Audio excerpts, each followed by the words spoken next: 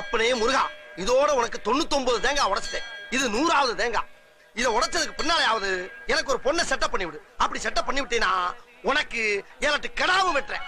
அப்பனே முருகா, இந்தா வாங்கிக்க. ஏண்டா டேய், இன்னைக்கு தேங்காய் உடைப்ப, நாளைக்கு வந்து ஆடு வெட்டுவியா? ஆடு வெட்டக்கூடாதுன்னு அரசாங்கம் சொல்லி நீ வெட்டுறீன்னா எவ்வளவு பெரிய தேச துரோகி நீ. எது தேச துரோகியா? அண்ணன், உன்னை கையெடுத்து கும்பிடுறேன். இன்னைக்கு ஒரு நாளாவது லீவ் விடுனேன். ஏன்? எனக்கு பிறந்த நாள். ஐயோ, பிறந்த நாளா? எவ்வளவு சந்தோஷமா இருக்கு தெரியுமா முருகா. மனித பிறவிகளை படைச்ச நீ இப்படியும் ஒரு பிறவியை படைச்சிருக்க.